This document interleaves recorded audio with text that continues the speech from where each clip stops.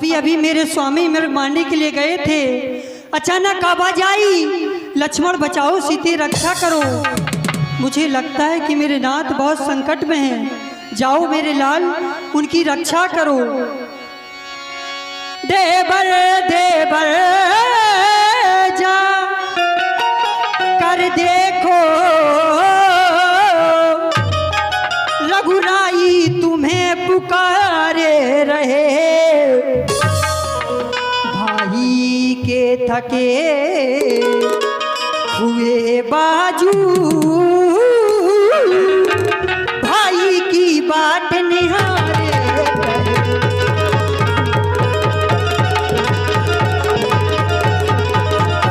भगवान न जाने अपने सुख, कितने कष्टों के मुख में लक्ष्मण इसमें संदेह नहीं, स्वामी इस समय मेरे दुख में।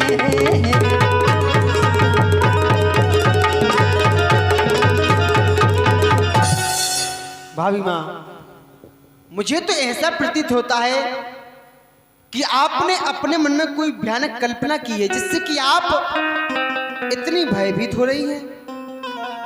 नहीं तो जो सारे संसार के एवं अपने भक्तों के दुखों का निवारण करने वाले हैं उनके ऊपर संकट कदापि नहीं, क्योंकि भृगुटी विलास सृष्टि लय होई, सपने संकट पड़े की सोई। जिनके भौं टेढ़े करने मात्र से इस संसार का प्रलय हो जाता है, उनको तो कभी स्वप्न में भी दुख नहीं आ सकता, फिर किसका साहस है माता जो उन्हें कष्ट पहुंचाएगा। जिस जगह सूर्य प्रकाशते है वह अंधकार कब आएगा। अच्छा माना दुख आया भी, लेकिन दुखी नहीं कर पाएगा। आनंद कंद के दर्शन कर सुख का स्वरूप बन जाएगा। फिर इस समय धर्म है मेरा कि रहूं आपकी रक्षा पर, सर्वस्व निछावर है मेरी अपने भाई की आज्ञा पर। और आप जानती हैं भाभी माँ कि वन विशाल व्याघ्र ब्याल भय चारों ओर घनेरा है, तुम्हें अकेला मैं छोड़ू कर्तव्य नहीं यह मेरा है। आप जानती हैं इस बियाबान जंगल में निशाचरों के समूह विचरण करते हैं एवं नाना प्रकार के हिंसक जीव भी विचरण करते हैं। किसी हिंसक जीव ने आपको हानि पहुंचा दी तो भैया कहेंगे लक्ष्मण आज तुमने हमारी आज्ञा रूपी शीश महल का खंडन कर दिया। इसलिए भाभी माँ आप अपने हृदय में धैर्य को धारण रखें। प्रभु श्री राम जी और मृग का आखेट करके उसकी चर्म लेकर के सीखता से आधीन होंगे। मेरे लाल, आज ये तुम कैसी बातें कर रहे हो कि भाभी माँ तुम अपने मन में धैर्य रखो। अरे वो संसार में भला ऐसी कौन सी नारी होगी कि जिसका पति संकट में वो अपने मन में धैर्य रखकर बैठे। मेरे लाल, क्या तुमने वो आवाज करुणामय आवाज नहीं सुनी जो अभी भी मेरे हृदय में तीर की भांति चुभी जा रही है? हाय लक्ष्मण, हाय सीते, मेरी रक्षा करो। तुम कहते हो माता तुम अपने मन में धैर्य रखो, मैं तुम्हारे आगे हाथ जोड़ती हूँ। मेरे लाल, मेरे पुत्र प्रेम में ऐसी कौन सी कमी रह गई थी जो आज तुम मेरी आज्ञा का उल्लंघन कर रहे हो? मैंने तुम्हें क्या अपने पुत्र से कभी कम माना है मेरे लाल? बल्कि इतना भी नहीं, जब हमारा विवाह होकर के आया अयोध्या में तो मुझे दिखाई में माता के कई ने सोने का भवन दे दिया।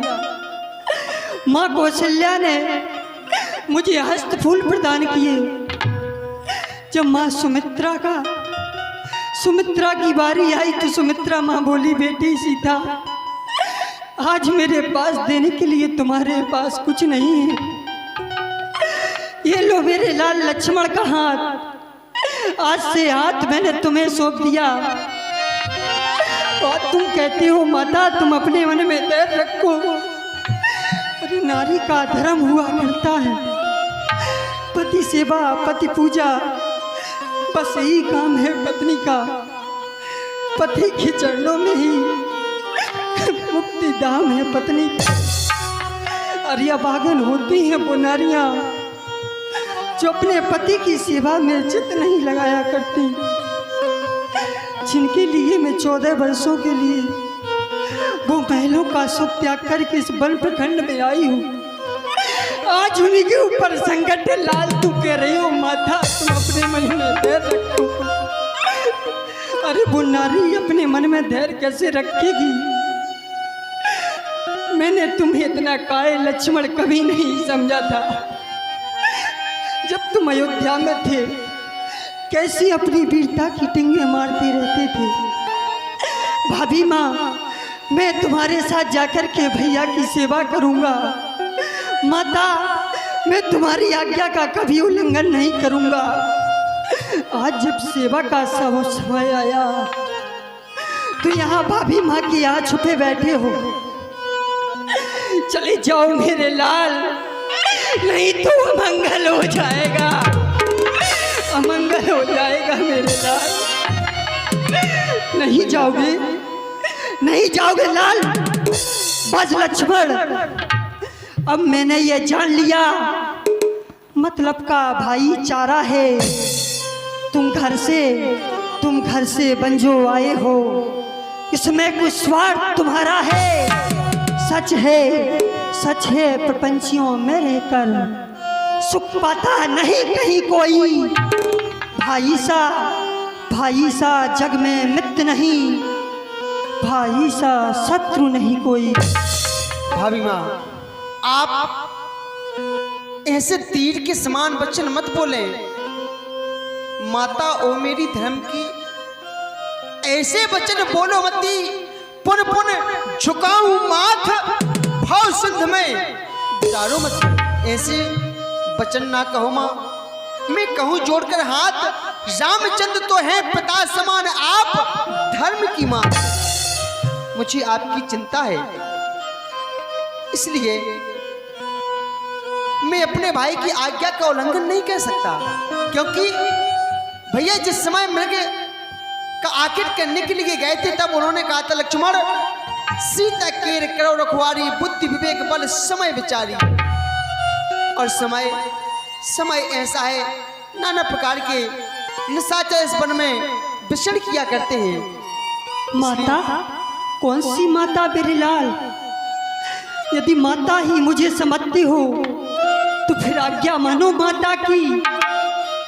मैं आज्ञा तुमको देती हूँ, जाओ सुध लेने भ्राता की। यदि मेरी कुछ चिंता कर रहे हो लाल तो मेरी कुछ चिंता ना करो। रक्षक हैं सर्वेश्वर मेरे, तुम चाहो वहीं चले जाओ जिस जगह गए स्वामी मेरे, वहीं पर चले जाओ। मेरे स्वामी की रक्षा करो मेरे लाल। ठीक है भाभी माँ, जैसी आपकी आज्ञा। लेकिन जाते जाते आपके चरणों में एक निवेदन अवश्य।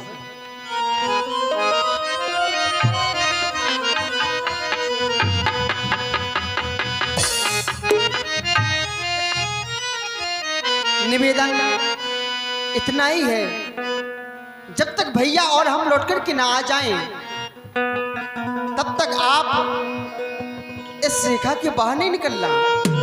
क्योंकि यह नारी की एक मर्यादा रूपी रेखा है। और आप तो जानती भाभी माँ, यदि नारी अपने जीवन में यदि एक बार भी मर्यादा रूपी रेखा को लांघ गई तो फिर पूरे जीवन उस मर्यादा रूपी रेखा में दोबारा प्रवेश नहीं कर पाती है। इसलिए इस बात का भाभी माँ आप विशेष ही ध्यान रखना। हे पवन देव तुम साक्षी हो।